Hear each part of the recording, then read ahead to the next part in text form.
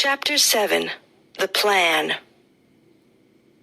The next day, as soon as I arrived at school, I went to the gym to look for my watch. Fortunately, it was still there. At lunchtime, I took Dana and Paul to an empty table and started my story. I decided to get to the point immediately. Mr. Adams is an alien, I said. No, not again. Are you doing this on purpose? Because if you're not, you have a problem. Paul exclaimed angrily. I thought you wanted to stop all this. I thought you were ashamed of your behavior. First Mr. Stone, now Mr. Adams. He continued while Dana raised her eyebrows incredulously and suppressed a smile. I know I seem crazy, I said, feeling tears in my eyes, but I'm telling you the truth. I saw him with my own eyes. Please listen to me.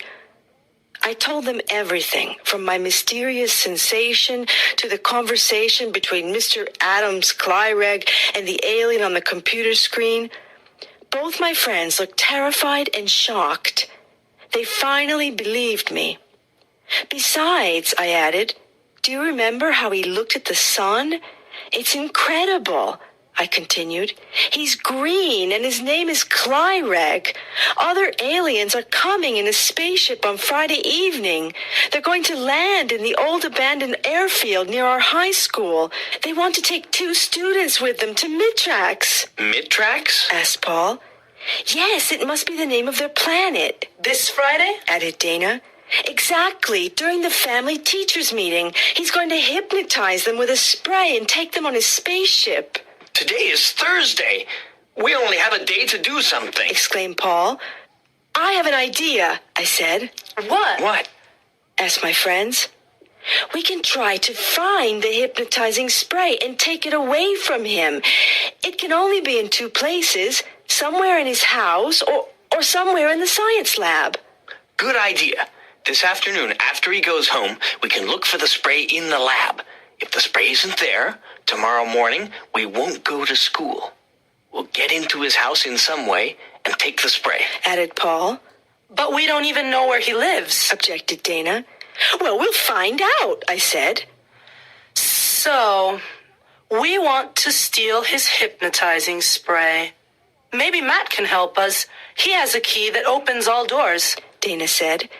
Dana's brother Matt is a policeman. Are you sure he'll give it to you? I don't think he'll believe this story, I said. Of course not. How can he believe something like this? I obviously have to steal the key. I hope he doesn't notice. Stealing a passepartout from the police is a big crime. Paul commented. Yes, but it's the only way to enter where we want. Don't worry, I'll be careful. Gee, Mr. Adams is so friendly and handsome. It's difficult to believe that he's a horrible green alien. Well, this afternoon I'll get the key. Remember, don't say anything to anyone, I said. This is our secret. Okay, don't worry. I hope everything will be okay, Paul said. We went to our afternoon classes. I couldn't wait for the day to finish.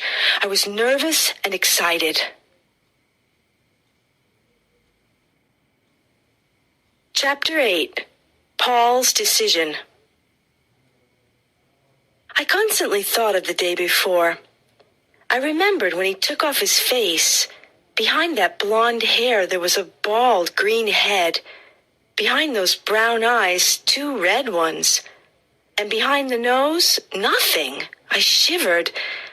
After school, I went with Dana to her house. Paul instead stayed at school to make sure that Clyreg went home. When Dana and I arrived at her house, there was no one there. I hope Matt didn't take the key with him, said Dana. We went in. Dana went to her brother's room. I heard her open many drawers. I crossed my fingers. Here it is, Dana exclaimed. Oh, great. Now let's go back to school, I said. Wait, my mom will be back soon. I have to leave her a note. I'll tell her I'm at the library, Dana said. We went back to school. Paul was sitting on the steps. Has Clyreg left? I asked. Yes, we can go in, Paul answered. We went up to the science lab. When we arrived, we noticed that the door was open. Someone was whistling inside. Oh, no. It's the janitor, Paul whispered. Let's hide in the bathroom, Dana suggested. It's already been cleaned, so he won't come in. We quickly entered the girls' bathroom and hid. After some time, the janitor walked away. We heard him go down the stairs. Okay, now. Paul said. We entered the lab and looked around. We opened the chemical cabinet with Matt's Passepartout and examined every container. There weren't any sprays or strange bottles, so we tried the refrigerator. What's this? I said. Inside the refrigerator, there was a spray without a label. It was very difficult to open, and it had a bizarre phosphorescence. Wow!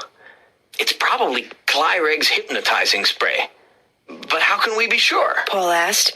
We have to be sure that it's the right one. An error could be fatal. I have an idea. I can try the spray on my dog Fred. Fred hates taking baths and especially eating leftovers. I'll spray him.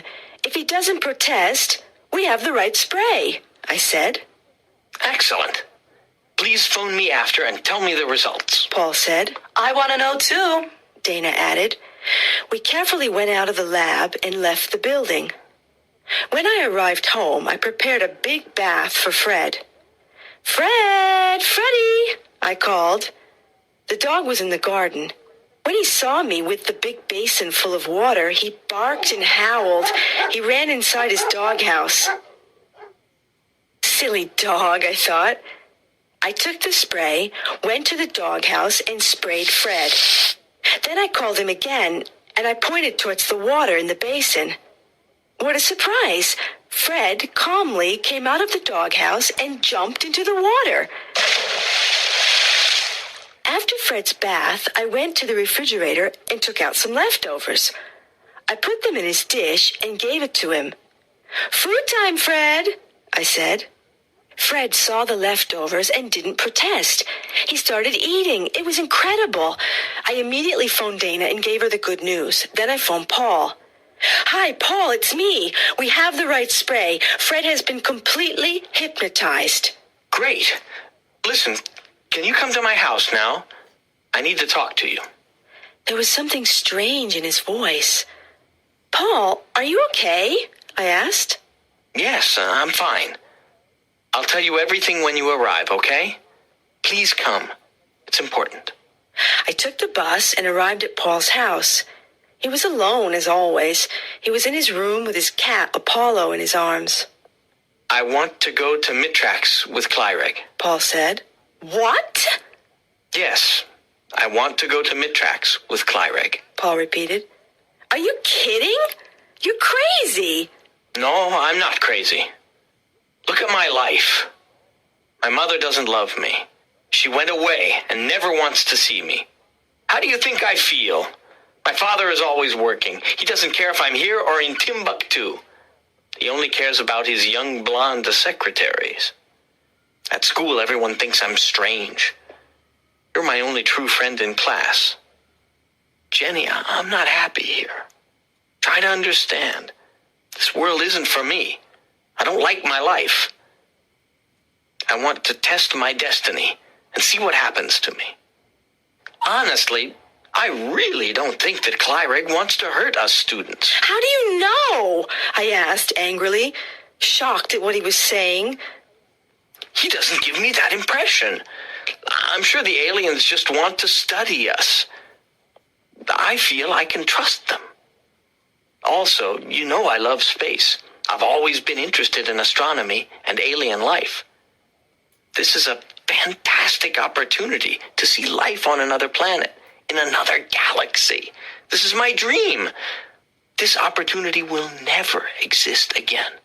If aliens come to Earth at the next intergalactic meeting, they certainly won't come to our town again. Listening to Paul, I started to understand his point of view. But it was terrible to think that Paul didn't have anyone. No one really cared about him. I was very sad. Running away to another planet isn't the right solution to your problems, I said. But I've tried to talk to my father about my problems. I've tried many times. Nothing has changed. Listen, I want to go to Mitrax. I feel it's the right thing for me. Something inside is pushing me to go. Maybe going to Mitrax was the best thing for Paul, although I still couldn't believe it. If you're convinced, but I'll miss you a lot. I'll never see you again, I said. Nothing is forever. You will see me again. I promise. Don't make promises you can't keep, I said with tears in my eyes. Believe me, Jenny. Sooner or later, when the next intergalactic door opens, I'll return. And I'll have many new things to tell you.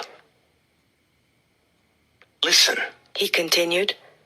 We must organize our plan for tomorrow evening. When Clyreg takes the 2 students to the science lab, he'll open the refrigerator, but he won't find the spray. At that point, he won't be able to do anything, because he can't touch us. If he touches us, he'll electrocute us. Paul explained.